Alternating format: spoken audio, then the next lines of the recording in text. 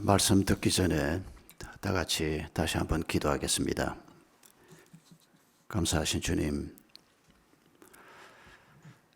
예수님께서 저희가 달려야 할 십자가에 대신 달리셔서 그 끔찍한 고통을 당하셨던 골고다 십자가 사건을 기억하면서 저희들이 이번 한 주간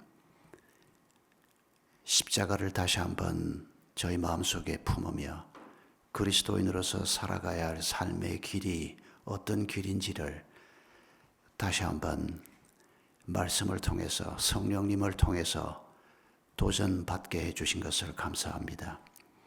이 시간 저희들이 주의 말씀 앞에 함께 고개를 숙여 싸우니 거룩하신 성령께서 저희 한 사람 한 사람을 붙들어 주시고 하나님께서 저희에게 주시고자 하는 말씀을 듣고 깨닫고 그 삶의 길을 걸어감으로 하나님께서 약속하신 평강과 기쁨이 또 담대함이 저희 모든 성도들 위해 넘치도록 은혜 베풀어 주시옵소서. 예수님의 이름으로 기도하옵나이다. 아멘. 예수님의 전기가 우리가 잘 아는 대로 마태복음, 마가복음, 누가복음, 요한복음 4권이 기록되어 있습니다. 이것도 참 생각해 보면 참 놀라운 하나님의 은혜입니다. 예수 그리스도라고 하는 분이 너무 크신 분이고 뭐 4권 아니라 100권을 써도 모자랄 뿐이지만은 그러나 적어도 한 4권 정도를 써서 4가지 관점에서 예수 그리스도를 조명해 보므로 예수님의 모습이 또 예수님의 삶이 또 하나님께서 그분을 통해서 우리에게 주시고자 하는 말씀이 좀 더 입체적으로 좀 더 분명하게 드러난다는 것입니다. 내복음서가 다 조금씩 기록 목적이 다르고 기록 방식이 다릅니다. 예수님께서 행하신 그 수없이 많은 일들, 말씀들, 기적들을 복음서에 다 담을 수가 없습니다. 그래서 고르고 골라서 기록을 하는 겁니다. 그런데 마태가 기록할 때 목적이 조금 다르고 마가가 기록할 때 목적이 조금 다릅니다. 간단하게 우리가 떠올려 보면 마태복음의 특징을 사자복음이라고 합니다. 백수의 왕 라이온 말입니다. 왜 마태복음의 특징을 사자라고 하는가? 마태복음에서 묘사되고 있는 예수 그리스도의 모습이 백수의 왕 라이온 같은 모습이 많이 나타난다는 겁니다. 사탄을 말씀으로 물리치신다든지 파도가 치고 있는 풍랑이 있는 바다를 향해서 말씀할 때 그 바다가 잔잔해진다든지 이런 모습의 예수 그리스도가 다른 복음서에 비해서 마태복음에 많이 나타난다는 겁니다. 그래서 마태복음의 특징을 사자복음이라고 하는 겁니다. 마가복음은 소복음이라고 합니다. 마가복음에서 묘사되고 있는 예수 그리스도는 주인을 위해서 묵묵히 일하고 수고하는 바로 이런 예수님의 모습이 마가복음에 많이 나타나고 누가복음을 사람복음이라고 하는 것은 인간 예수의 모습이 어떤 복음서에 비해서도 누가복음에 상세하게 구체적으로 잘 묘사되고 있다는 겁니다. 그리고 요한복음은 독수리복음이라고 합니다. 그 시절 사람들에게는 독수리보다 더 높이 떠 있는 건 구름밖에 없습니다. 살아있는 것 중에서는 독수리가 제일 높습니다. 요즘 우리는 그 위에 비행기가 있고 그 위에 위성이 있고 그 위에 우주선이 떠돌아다니는 걸 알지만은 그러니까 높은 곳에 떠 있는 독수리 그런 존재 같은 이 땅에 살고 있는 우리가 보기에는 전혀 다른 존재이신 분, 하나님의 아들이신 그분, 이런 예수 그리스도의 모습이 요한복음에 많이 묘사되어 있습니다.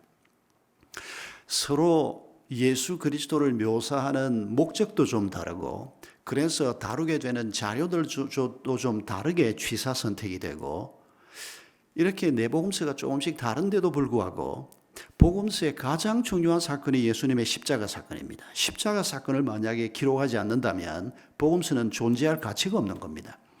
그런데 예수님의 십자가 사건은 네 복음서의 기자들이 다 똑같이 다룹니다. 그런데 이 십자가 사건을 다루는 데 있어서 꼭 첨가되는 인물이 있습니다. 네 복음서의 기자들이 도저히 뺄 수 없어서 예수님의 십자가 사건에 꼭 함께 언급하는 사람. 이 사람은 12 제자 중에 한 분이 아닙니다. 이분은 12제자에는 포함되지 않더라도 12제자만큼이나 열심히 예수님을 수행했던 여제자 혹은 또 비슷한 무리들 중에 한 분도 아닙니다. 이분은 예수님의 설교를 예수님의 공생의 3년 동안에 들었음직한 분도 아닙니다. 오히려 그 반대 인물입니다. 이분에 대해서 마태는 27장 16절에서 유명한 죄수라고 표현합니다. 마가는 15장 7절에서 밀란을 꾸미고 그 밀란 중에 살인하고 체포된 자라고 기록하고 있습니다. 누가는 23장 19절에서 성중에서 일어난 밀란과 살인으로 말미암아 옥에 갇힌 자라고 기록하고 있습니다. 그리고 요한은 18장 40절에서 강도라고 간단하게 기록하고 있습니다. 네이버 지식백과에서는 그를 혁명가라고 기록하고 있습니다. 또 다른 이분을 소개하는 기록들 중에는 이분을 열심당원이라고 소개한 곳도 있습니다. 바로 바라바라고 하는 인물입니다. 로마 사람들이 볼 때는 강도고 살인자고 난을 일으킨 자고, 유대인들의 입장에서 볼 때는 유대의 독립을 꿈꾸면서 로마 사람들이나 또 로마에 동조하는 세력들 가슴에 칼을 박는 사람이었습니다. 그러니까 혁명가라고도 하고 레지스탕스라고도 하고 반면에 강도란 말도 나오게 되는 겁니다. 이분에 관한 많은 얘기가 전해집니다. 성경 기록 외에도 대표적으로 이분 얘기를 남긴 분 중에 하나가 스웨덴의 노벨 문학상을 수상한 페르 라게르크 비스크라고 하는 분입니다. 이분이 바라바라고 하는 소설을 썼습니다. 그리고 이게 나중에 1962년에 영화로 만들어지기도 했습니다. 교회 안에 성경에 기록된 바라바 얘기 말고 전해져 오는 바라바에 대한 구전이 있습니다. 이 구전을 바탕으로 해서 2000년 동안 많은 기독교 문학가들이 바라바 얘기를 이모저모로 다루고 있는데 그 중에 이 페르라고 하는 분이 대표적으로 소설을 하나 남긴 겁니다. 이 소설 그리고 영화의 내용은 바라바가 십자가에 달려 죽을 뻔했는데 풀려났지 않습니까? 그런 다음에 동료들에게 돌아가 보니까 자기 아내가 그리스도인으로 개종해 있는 것을 발견을 했습니다. 그럼에도 불구하고 이분은 계속해서 자기가 꿈꾸던 세상을 자기 방법으로 만들어가기 위해서 그냥 열심당원으로 혁명가로 살아갑니다. 그러다가 결국 또 감옥에 갇힙니다. 그리고 이분이 마지막 죽기 전에 예수님을 영접하고 그리스도인이 되는 얘기가 바라바라고 하는 소설과 영화의 내용인데 실제로 이 바라바가 예수 그리스도를 믿었는지 안 믿었는지는 모릅니다. 구전으로 전해져 내려오는 얘기일 뿐입니다. 그래서 우리가 장차 천국에 가면 만나고 놀랄 사람들이 많이 있는데 혹시 거기에서 바라바를 만난다고 해도 과히 놀랄 일은 아닙니다. 저는 바라바가 예수 그리스도를 만났을 것이라고 혼자서는 그렇게 생각을 합니다. 여러 가지 정황을 생각하면 이 사람이 이 엄청난 사건에 연루가 되어 있다가 그리고 구전으로 전해져 내려오는 얘기가 그냥 허황한 얘기가 아닙니다. 적어도 2000년 전에 어느 정도 팩트에서부터 시작돼서 전해져 오는 얘기들인데 천국에서 바라바를 만나게 될 것을 저는 기대합니다.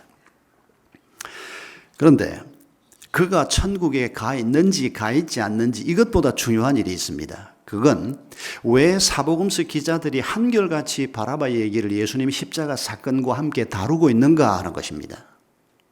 우리가 이 얘기를 요한복음 2장에서부터 한번 찾아보려고 합니다. 요한복음 2장은 요한에 의하면 예수님께서 공생의 3년을 보내시면서 맨 처음 행한 이적입니다. 가나 혼인잔치에서 물을 포도주로 만든 사건입니다. 그런데 이 기록 맨 마지막 11절에 보면 이 물로 포도주를 만든 사건 전체를 통틀어서 뭐라고 표현하는 거 아니까 이 첫 표적을 예수님께서 행하실 때 제자들이 믿었다 그렇게 말합니다. 이 표적이라고 하는 단어에 우리가 주의를 좀 해야 할 필요가 있습니다. 이 한자말로 번역을 했는데 원문을 아주 잘 번역한 표현입니다. 표적. 표란 말은 신호라는 뜻입니다. 이 적이라고 하는 단어는 기적이라고 하는 단어를 묶어놓은 겁니다. 그러니까 신호, 기적. 대개 영어 성경은 미러클로도 번역을 하고 사인으로도 번역을 합니다.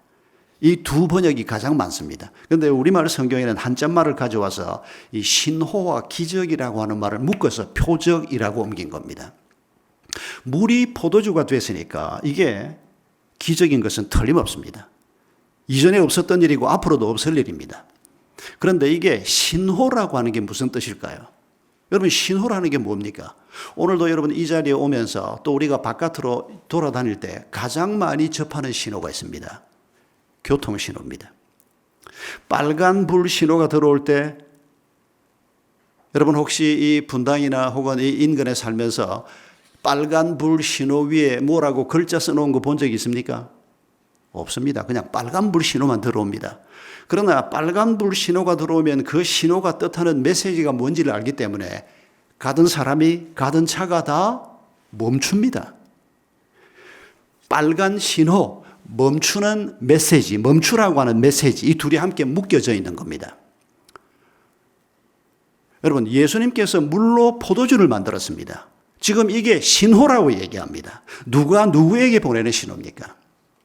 하나님께서 이 땅에 살고 있는 우리에게 보내는 신호입니다. 그러면 이 신호의 메시지가 뭡니까? 물이 포도주가 된다는 겁니다. 여러분, 오늘 본문에서 말하는 물을 요한복음 2장을 잘 읽어보면 유대인 집 현관 입구에 있는 허드렛 물이라고 소개하고 있습니다. 시간이 바쁜 것도 아닙니다. 그런데 예수님께서 뚜껑도 덮지 않은 사람들이 들락날락하는 자리에 있어서 먼지가 끼어있는 식수는 저 안쪽에 있습니다. 그런데 식수를 가져와라 그럴 시간이 충분히 있는데도 식수나 깨끗한 물을 쓰지 않고 일부러 현관 입구에 있는 물을 씁니다. 허드렛 물입니다. 손이나 발을 씻고 결례를 위해서 손이나 발을 씻고 시궁창에 버려지는 물입니다. 굳이 예수님께서 이 물을 택하신 이유가 무엇일까요? 분명히 주님의 의도가 있습니다. 이 물을 가지고 연회장도 깜짝 놀랄 정도로 아주 향기롭고 맛있는 포도주를 주님이 만들었습니다. 여러분, 이게 하나님께서 우리에게 보내는 메시지입니다. 우리가 이번 한 주간 주님의 십자가 사건을 묵상하면서 우리가 품어야 할 중요한 메시지가 여기에 담겨 있습니다.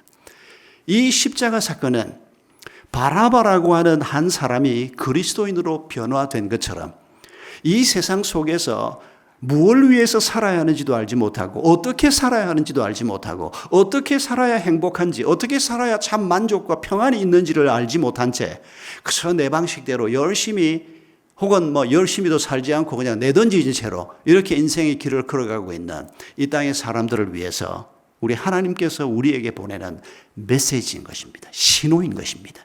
너희들을 내가 이 향기로운 포도주와 같은 존재로 만들겠다. 여러분, 이 십자가의 의미를 바라바라고 하는 인물을 통해서 우리에게 좀 더 선명하게 드러내 보여주는 그 기록이 바라바 기록입니다. 아마 우리가 먼저 이런 질문을 해봐야 할 것입니다. 우리가 신앙생활을 하고 예수를 믿는다고 하면서도 정말 예수 그리스도를 만나야, 예수를 알아야 십자가 사건을 우리가 제대로 통과를 해야 내가 향기로운 포도주와 같은 존재가 될 수 있는 것인가? 내가 혹은 내 주변에 다른 사람이 성품도 괜찮고 괜찮은 이런 사람들이 내 주변의 친구 중에서 이웃 중에서도 들어있지 않습니까? 저 사람이 예수 몰라도 지금 저 정도의 교양만 가지고 저 정도의 인격만 가지고 저 정도의 성숙함만 가지고도 조금 더 재정이 보장되고 조금 더 안전한 사회가 만들어진다면 아주 만족한 인생을 살 수도 있는 이런 사람들이 없는 것 아닌데 또 우리가 바깥에서 듣지 않습니까? 정말 예수 믿는 사람들이 예수 믿어야만 된다라고 하는 이런 고집스러운 메시지를 나도 정말 마음속에 받아들여야 하는가 이런 고민이 우리에게 다 있습니다. 여러분, 성경이 우리에게 말씀하는 것은 예수님께서 이 허드렛 물을 가지고 향기로운 포도주로 만든 이 사건을 통해서뿐 아니라 성경이 우리에게 가르치는 것은 이 땅에 살고 있는 이전에 살았던 모든 존재들도 마찬가지고 앞으로 살 사람도 마찬가지고 이 땅에 살고 있는 살았던 살 모든 인간들이 허드렛 물과 같은 존재라고 하는 것입니다. 이걸 성경적인 언어로 바꾸면 죄인이라고 표현하는 겁니다. 왜 성경은 이렇게 단호하게 또 이렇게 사람들 염장 지르듯이 모든 사람을 죄인이라고 이렇게 고집을 하시는가? 여러분, 우리가 그 이유를 분명히 십자가와 함께 깨달아야 합니다. 그렇지 않으면 십자가를 얘기할 필요가 없기 때문입니다. 여러분, 인간의 최초의 범죄가 창세기 3장에 기록되어 있습니다. 최초의 범죄가 뭔지 모르는 예수 믿는 분들은 별로 없을 겁니다. 아담, 하와, 우리 할머니, 할아버지가 선악과 따먹은 사건입니다. 여러분, 이 사건의 의미를 잘 우리가 기억해야 합니다. 왜 따먹었습니까? 창세기 3장 5절에 분명하게 기록되고 있습니다. 하나님처럼 되려고. 뱀의 모습으로 나타난 사탄이 먼저 우리 할머니 하와에게, 그리고 이어서 할아버지 아담에게 당신들이 선악과를 따먹으면 눈이 밝아져서 하나님처럼 될 것이다. 여러분, 이 말 때문에 선악과를 따먹습니다. 하나님처럼 된다는 말이 무슨 말입니까? 이게 그렇게 복잡한 얘기가 아닙니다. 무슨 신학적인 깊은 함의를 가지고 있어서 득도를 해야 깨달을 수 있는 그런 말이 아닙니다. 하나님께서는 그런 식으로 우리에게 메시지를 전달하지 않습니다. 내가 하나님처럼 살고 싶다라고 하는 말이 무슨 말입니까? 내가 내 삶의 주인 노릇한다는 겁니다. 내 인생이니까 내가 결정하고 내가 살고 싶은 대로 살고 내가 가고 싶은 길을 가면서 살겠다는 겁니다. 그 이전에는 어떻게 살았습니까? 하나님이 자기 형상대로 지으신 아담 하와, 하나님과 교제하면서 하나님이 만드신 아름다운 환경 속에서 하나님이 인도하는 길을 걸어가던 분들이 아담 하와입니다. 그런데 그들에게 너희가 하나님처럼 되라. 그래서 그 열매를 따먹고 그들이 선택한 것은 이제 더 이상 하나님이 내 하나님 되지 말라는 겁니다. 내가 내 인생의 하나님이 되겠다는 겁니다.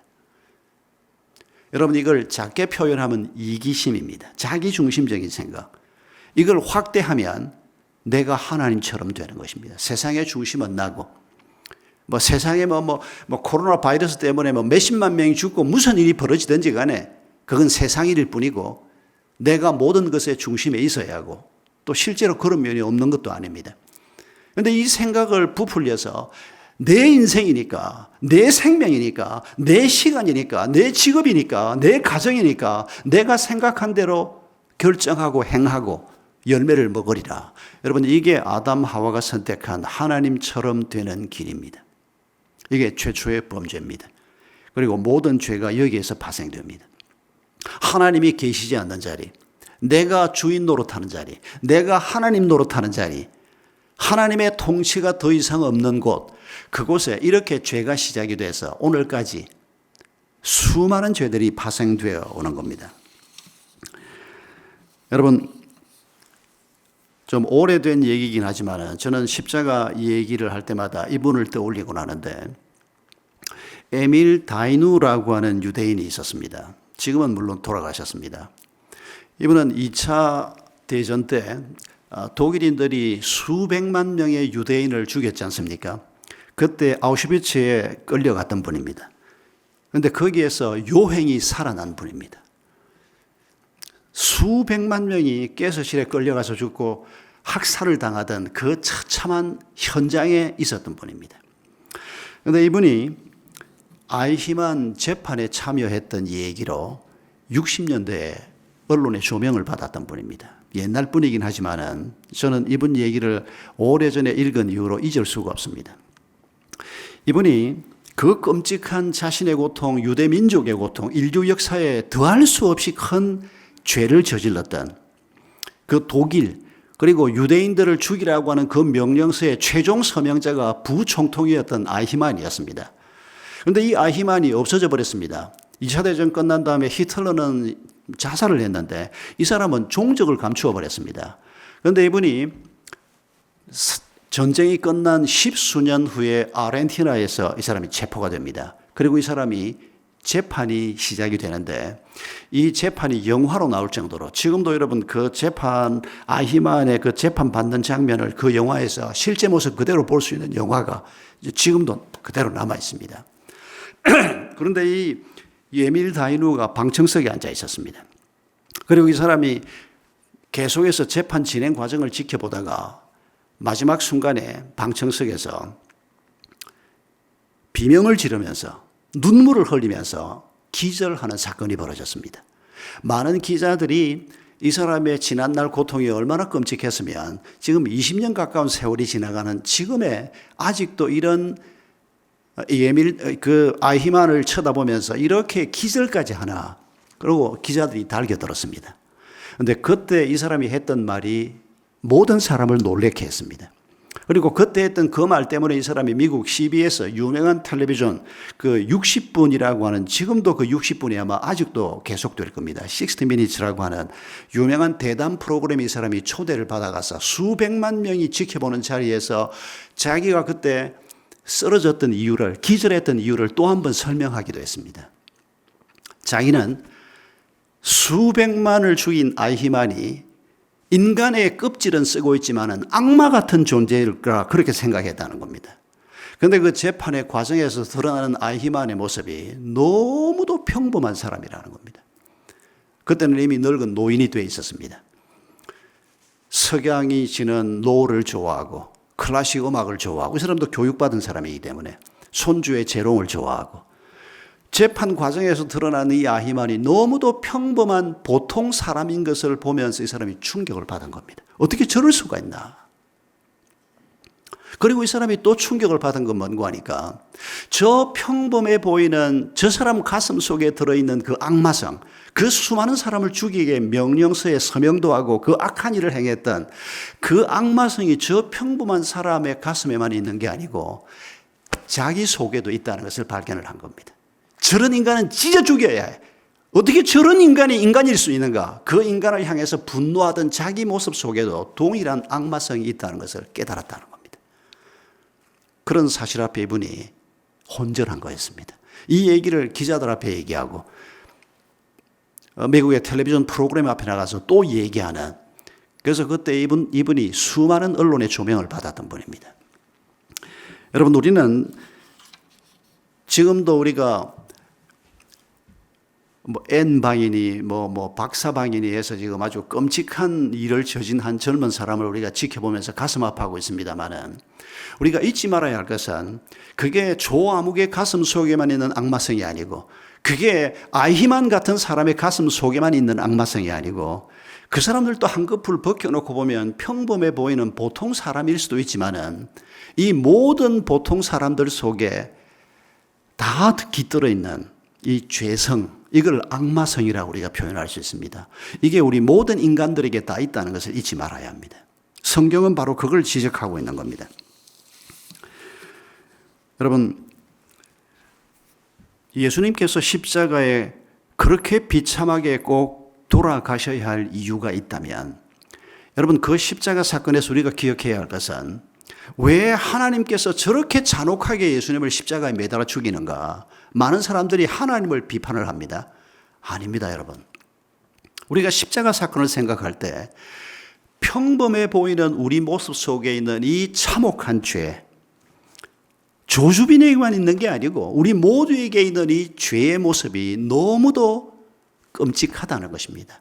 그 평범해 보이는 아히만이라고 하는 사람이 600만 명을 죽이고도 나는 그냥 공무원으로서 그냥 할 일을 했을 뿐입니다. 내가 무슨 죄가 있습니까? 라고 말하는, 마치 옆집 강아지 한 마리를 죽인 것처럼, 아니 강아지 한 마리를 죽이고도 죄책감을 느껴야 마땅한데 그 수많은 사람을 죽이고도 그냥 보통 사람들이 하는 이런 변명이나 하고 앉아있는, 여러분, 이게 인간의 모습이라는 것을 기억해야 합니다. 여러분, 예수님께서 십자가에서 끔찍하게 살이 찢기고 피를 흘리고 온몸에 피가 다 쏟아져서 결국 운명하고야만은 이 처참한 십자가의 모습은 하나님의 잔혹함을 우리에게 보여주는 게 아닙니다. 죄의 잔혹함을 보여주는 것입니다. 우리를 대신해서 거기에 달리셨지 않습니까? 죄의 값을 치르기 위해서 거기에 달리셨지 않습니까? 죄라고 하는 것이 얼마나 잔혹한 것인가? 죄라고 하는 것이 얼마나 우리 삶을 파괴하고 우리의 관계를 깨뜨리고 교회를 무너뜨리고 인간 공동체를 무너뜨리는지, 그 죄의 참혹함이 십자가에서 그대로 드러난다는 사실을 잊지 마십시다. 여러분, 바라바 얘기에서 전해지는 구전 중에 저는 이 얘기를 좋아합니다.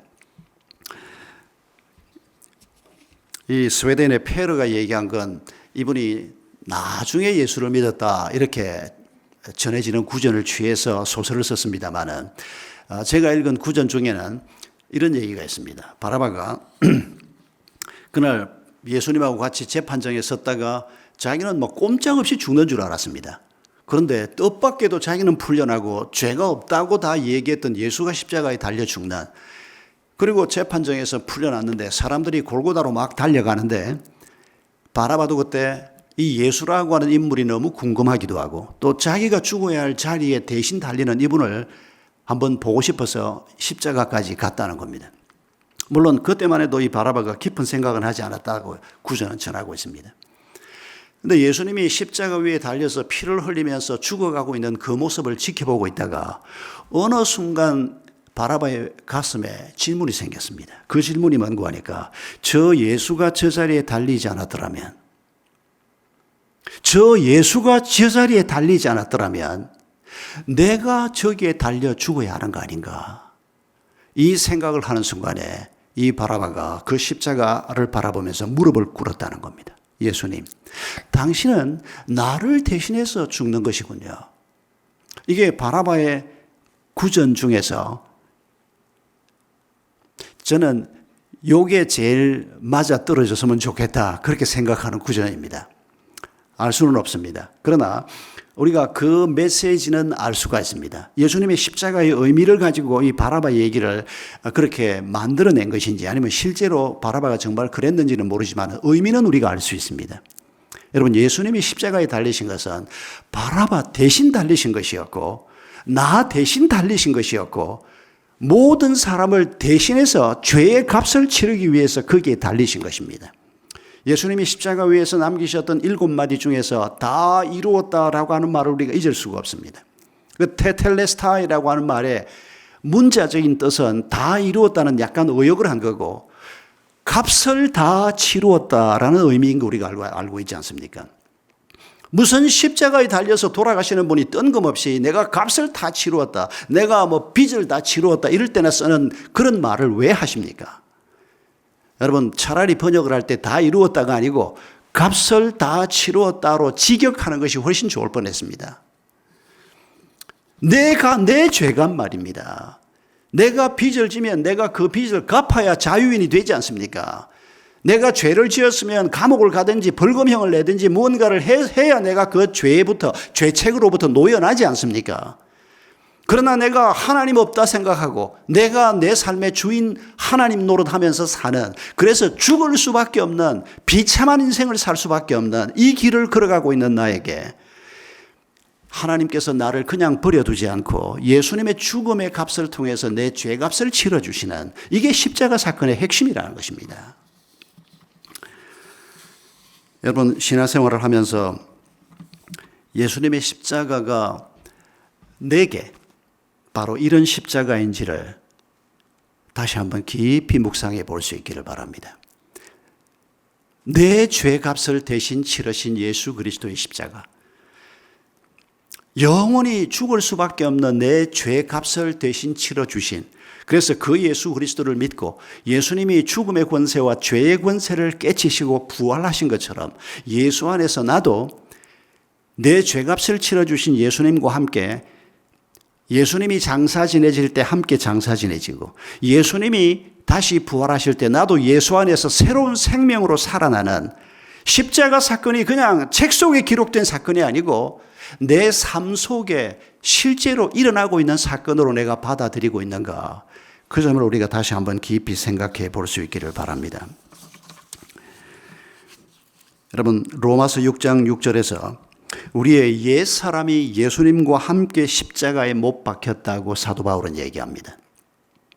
예수님이 십자가에 못 박힐 때 그 십자가의 의미를 바르게 알고 있는 사람이라면 그 사람의 옛 사람도 십자가에 함께 못 박혔다, 이 말의 뜻이 무엇입니까?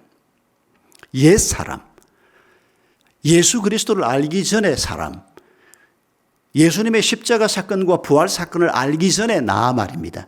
죄에 끌려다니고 죄가 죄인 줄도 알지 못하고 오히려 죄를 좋은 것처럼 생각하고 죄를 먹고 마시면서 살았던 그 옛사람, 영원히 지옥으로 끌려갈 수밖에 없는 그 옛사람이 예수님이 십자가에 못 박혀 죽을 때 예수님의 그 죽음이 나를 대신한 죽음이라는 것을 아는 사람이라면 내 옛사람도 예수님과 함께 십자가에 못 박혀버린다는 것입니다.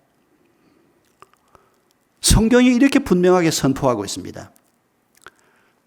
그런데 우리가 신앙생활을 하다 보면 내가 예수님의 십자가를 분명히 성경이 말씀하는 대로 믿는데도 불구하고 내 옛 사람이 십자가에 못 박혀서 죽어 장사 지내졌다?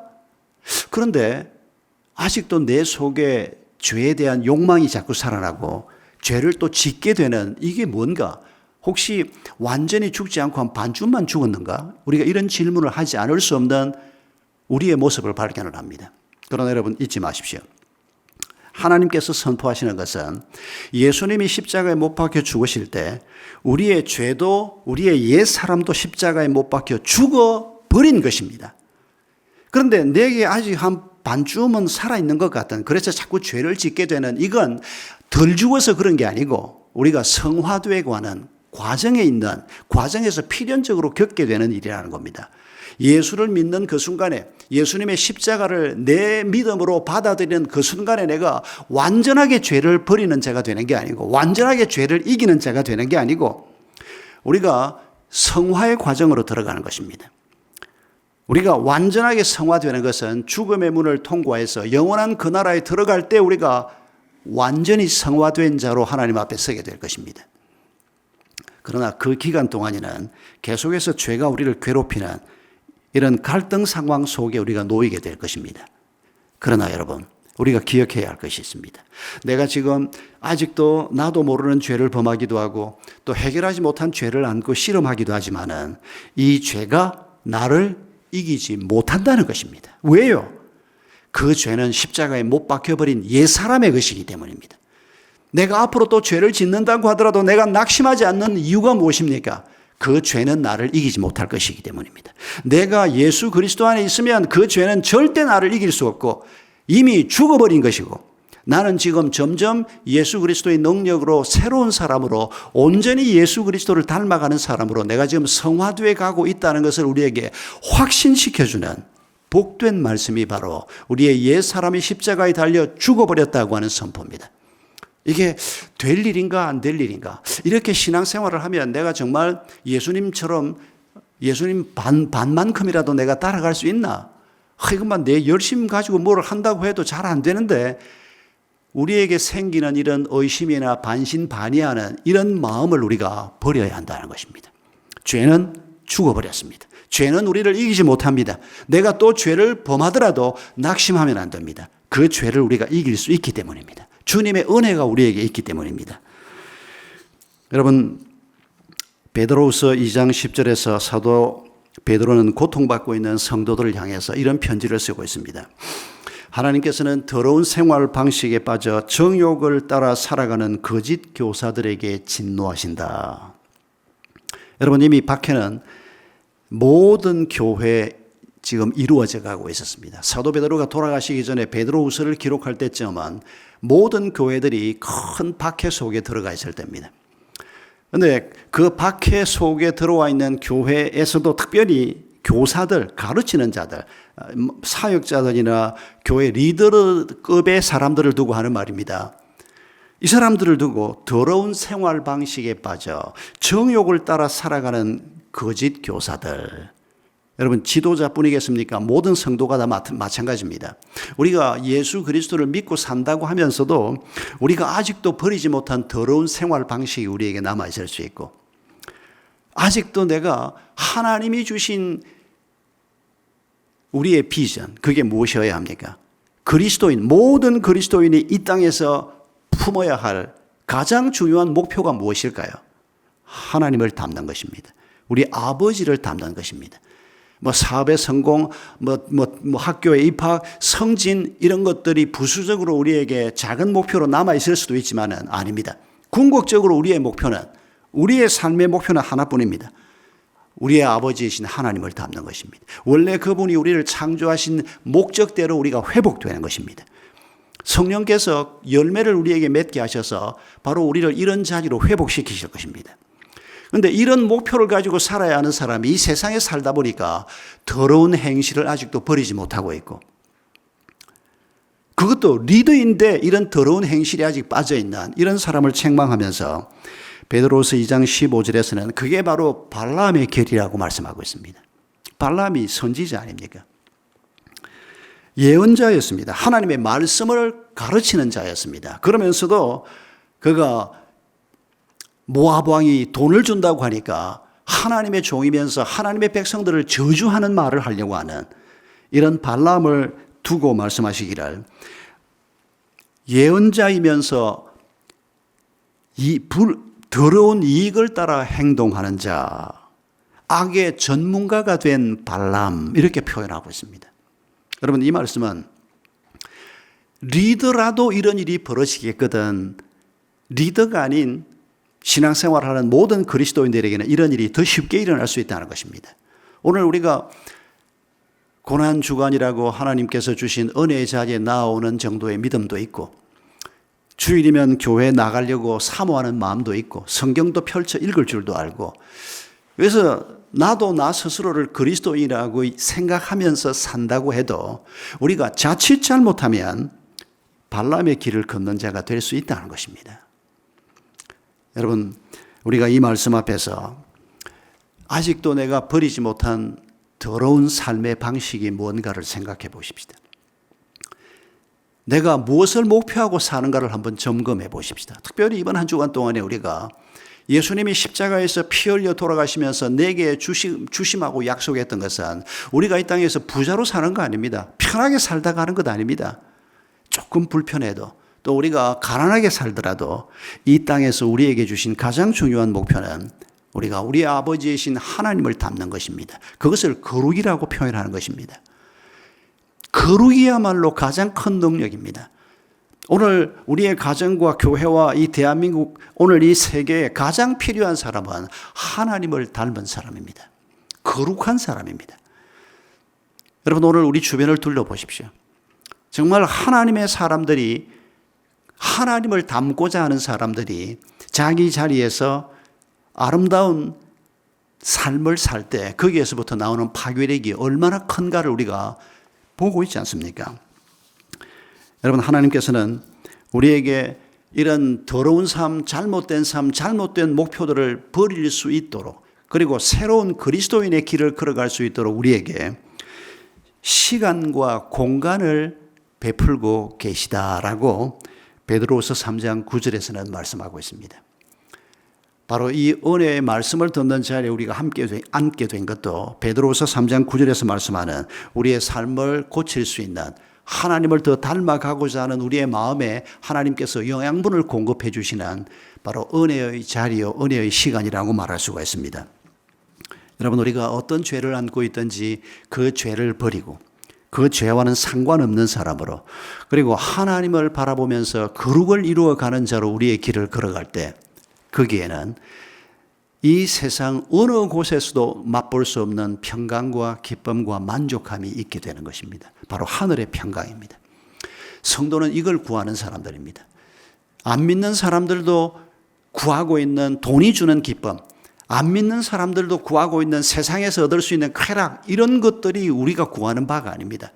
우리도 죄가 아니라면 우리도 이 세상에서 일반적으로 얻을 수 있는 기쁨과 평안과 쾌락을 갖는 것은 잘못은 아닙니다. 그리스도인은 모든 것들을 다 절제하고 돈을 보기를 돌같이 하고, 아닙니다. 돈을 돌같이 보면 안 됩니다. 돈은 돈으로 봐야 합니다. 하나님께서 가르친 것은 돈을 하나님만큼 중요하게 생각하고 돈과 하나님을 동시에 섬기지 말라고 얘기한 거지. 여러분, 우리가 돈 없으면 어떻게 살 겁니까? 돈이 있어야 자식도 키우고 돈이 있어야 우리가 이 땅에 삶을 살 수 있는데, 하나님은 분명히 우리에게 필요한 것들을 공급하시는 분입니다. 성경이 생각하게 하는 바를 따라서 우리가 생각할 때 우리가 치우치지 않고 바르게 판단할 수 있을 것입니다. 그러나 여러분, 죄는 버리라고 주님이 말씀하는 겁니다. 그 참혹한 죄가 우리에게 갖다 줄 결과를 우리가 미리 내다보면서 그 죄를 버리고 살 때 하나님은 우리를 얼마나 아름다운 존재로 대하시는가 하면, 여러분, 사도행전 13장 36절에 이런 말씀이 있습니다. 다윗은 한평생 하나님의 뜻을 잘 받들다 결국 잠들어. 제가 오래전에 이 구절을 처음 읽었을 때 했던 생각이 늘 마음에 있습니다. 제가 대학생 때였지 싶습니다. 20대 초반에 이걸 처음 읽었을 때 무슨 성경을 이렇게 쓰다가 말았나. 다윗이 얼마나 큰 죄를 범했는데, 아니 다윗이 그냥 남의 아내를 뺏은 것뿐 아니라 그 청직한 그 여자의 남편이었던 우리아를 얼마나 악하게 죽이는지 그 범죄의 과정을 성경이 소상하게 기록하고 있지 않습니까? 20대 때 그런 글을 읽으면서 나는 그런 죄하고는 아무 상관없는 사람으로 저는 지금 생각하면 참 인간의 연약함과 죄악됨을 몰랐고, 그리고 십자가에서 주님께서 그렇게까지 비참하게 돌아가시고 피를 흘리셔야 했던 죄를 씻기 위해서 그렇게까지 애를 쓰시는 하나님의 모습도 그때는 눈에 들어오지 않았습니다. 어떻게 다윗에 대해서 이렇게 말하고 있는가? 그런데 시간이 지나면서 이 귀절 속에 하나님의 놀라운 축복과 은혜가 담겨 있다는 것을 어느 날부터 깨닫기 시작했습니다. 우리가 이전에 범했던 그 무서운 죄악들, 그 모든 죄들을, 여러분 다윗이 이 죄를 씻기 위해서, 이 죄를 회개하기 위해서 하나님 앞에 얼마나 울면서 기도했습니까? 그 회개를 하나님이 받으시면서 다윗이 이전에 그런 죄를 범한 것을 하나님이 기억도 하지 않는 것처럼, 실제로 하나님이 아무 기억이 없습니다. 다 잊어버렸습니다. 그리고 성경에 이렇게 다윗을 기록하고 있는, 여러분 이런 은혜를 우리가 함께 사모하십시다. 하나님께서 우리에게 이런 은혜를 주시기 위해서 십자가 사건을 우리에게 허락하신 것입니다. 이런 은혜가 예수님이 죽음을 이기시고 죄를 이기시는 부활의 능력으로 우리에게 임하게 될 것입니다. 이 하나님을 우리가 사모하면서 저는 마지막으로 빌립보 2장 13절 말씀을 여러분과 함께 나누고 싶습니다. 너희 안에 행하시는 이는 하나님이시니 자기의 기쁘신 뜻을 위하여 너희에게 소원을 두고 행하게 하시나니. 이미 믿는 사람들입니다. 빌립보 교회 성도들에게 우리 안에 행하시는 분이 계시다는 겁니다. 네가 아니라는 겁니다.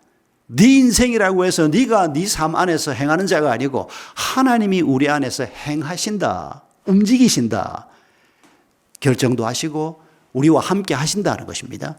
그런데 이 하나님이 자기의 기쁘신 뜻을 위해서 우리에게 소원을 두고 행하게 하신다. 여러분, 고난주간 한 주간을 이렇게 은혜롭게 예배드리고 집에서라도 이렇게 십자가를 사모하고 하나님을 사모하는 마음을 가지고 시간을 보내면서 우리가 하나님 앞에 구하는 것이 무엇입니까? 지금 진행하고 있는 사업이 잘 이루어졌으면 좋겠습니까? 아이들이 건강하고 아이들이 좋은 학교에 갔으면 좋겠다라고 하는 정도가 이 고난주간에 우리가 하나님 앞에 내놓는 가장 중요한 기도 제목입니까? 욕심을 좀 더 부립시다. 그 정도가 우리의 욕심일 수 없습니다. 우리는 하나님께서 우리에게 소원을 두고 행하게 하시나, 나의 소원이 아니고 하나님이 자기 소원을 내 소원으로 주셔서 소원을 두고 행하게 하시는 이런 자로 이 땅의 길을 가라고 주님이 말씀하시는 것입니다. 여러분, 그 소원이 무엇입니까? 바로 우리가 이미 나누었던 것처럼 우리가 하나님의 자녀로서 아버지를 닮는 것입니다. 우리를 향한 아버지의 뜻은 우리의 거룩입니다.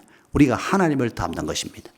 우리가 믿는다고 하면서도 에베소서 4장 5절에 있는 말씀처럼 음행하는 자가 되거나 더러운 일을 행하거나 탐욕을 가지고 사는 자 곧 우상 숭배하는 자는 다 그리스도와 하나님의 나라에서 기업을 얻지 못한다. 저는 처음에 오래전에 이 규제를 처음 읽고 깜짝 놀랐습니다. 아니, 예수를 믿는다고 해도 이런 죄를 지은 자는 하나님 나라에 들어오지 못한다. 그러면 들어갈 자가 누가 있단 말인가? 여러분, 이 말씀의 정확한 뜻이 무엇입니까? 이전에 이런 죄를 지었던 자는 못 들어온다는 겁니까? 아닙니다. 이전에 그런 죄를 지었더라도 그 죄를 버리고 회개하고 주님의 통치권 안에, 주님의 십자가의 은혜 아래 들어오는 사람들은 하나님의 나라를 기업으로 받는 것입니다. 중요한 것은 지금 내가 이런 죄 가운데 있는가 하는 것입니다. 내가 지금 거룩과는 거리가 먼 이런 죄의 자리에 있다면 우리는 하나님의 기업과 아무 상관이 없습니다. 교회를 30년 다녔다고요? 아무 상관없습니다. 여러분, 그 죄에서 벗어나야 합니다. 그 죄 때문에 주님이 그렇게 참혹한 십자가에 달려 죽으신 것입니다. 그 십자가의 은혜를 붙들고 죽음을 이기신 그 부활의 능력을 사모하면서 우리가 길을 걸어갈 때 오늘 내 삶의 자리에 놀라운 하나님의 은혜가 임할 것을 우리 가정에, 우리 공동체에, 내가 다니고 있는 회사에, 우리 마을에까지 놀라운 하나님의 은혜가 임할 것을 함께 꿈꾸십시다. 그래서 우리가 두려워 떠는 마음으로 하나님의 은혜를 구하고 죄를 이기는 자가 되기를 원하고, 우리가 작은 예수로서 우리의 스승이신 예수 그리스도가 앞서 걸어가신 그 길을, 십자가의 길을 뒤따라가는 것이 무엇인지를 우리가 정말 겸손한 마음으로 좀 배워가는 이런 은혜를 이번 한 주간 동안에 구하면서 십자가의 은혜를 사모할 때마다 그저 우리에게 예수님의 죽음의 슬픔이 아니고 내 죄악 때문에 내가 느끼는 슬픔, 그 죄가 아직도 나를 지배하거나 혹은 영향을 여전히 강하게 미치고 있기 때문에 내가 느끼는 슬픔. 그러나 거기에서 그치지 마십시다. 그 죄를 우리 주님이 다 사하셨습니다. 우리 주님이 그 죄를 짓고 영원히 지옥 갈 수밖에 없는 우리 옛사람을 십자가에 함께 못 박아 버리셨습니다. 이제 우리에게 새로운 생명을 주시고 성령이 우리를 이끄시는 대로, 말씀이 우리를 이끄시는 대로 우리가 하나님이 우리에게 주신 소원을 가지고 우리의 길을 걸어갈 때 우리가 이 땅에서 하나님의 형상을 회복한 성령의 사람으로, 아름다운 그리스도인으로 우리의 길을 걸어가게 될 것을 사모하는 마음을 가지고 이번 한 주간 십자가의 은혜를 묵상하는 시간이 되기를 바랍니다. 우리 함께 기도하십시다. 이 시간에 우리 하나님 앞에 세 가지 기도를 먼저 올려드립시다. 먼저 감사의 기도부터 올려드립시다. 또 한 주간 코로나 열풍 속에서도 우리가 이 문명의 혜택으로 집에서 함께 말씀을 나누고 함께 주의 은혜를 누리게 되는 것을 감사하십시다. 그리고 회개하십시다. 십자가의 은혜가 여전히 내 삶 속에서 내 죄를 사하는 주의 은혜로, 죄를 이기게 하는 주의 은혜로 내 삶 속에 임하게 하옵소서. 아직도 버리지 못한 죄를 회개하면서 주님 앞에 이 간구를 올려드립시다. 그리고 지금 온 세상이 코로나 열풍 속에 두려움을 느끼고 있습니다. 인간이 얼마나 연약한가를 다시 한번 깨닫게 됩니다. 주께서 이 땅에 살고 있는 70억 인류를 불쌍히 여겨주셔서 이 광풍에서 빨리 벗어날 수 있도록 도와주시고, 우리 주변에 이미 확진 판정을 받고 고통받고 있는 사람들, 의료진들, 또 이 일을 위해서 앞장서서 섬기는 많은 분들이 지치지 않도록 주의 은혜를 베풀어 주시도록 오직 하나님의 은혜를 함께 구하는 그런 기도로 먼저 주님 앞에 나아가겠습니다. 함께 기도합니다.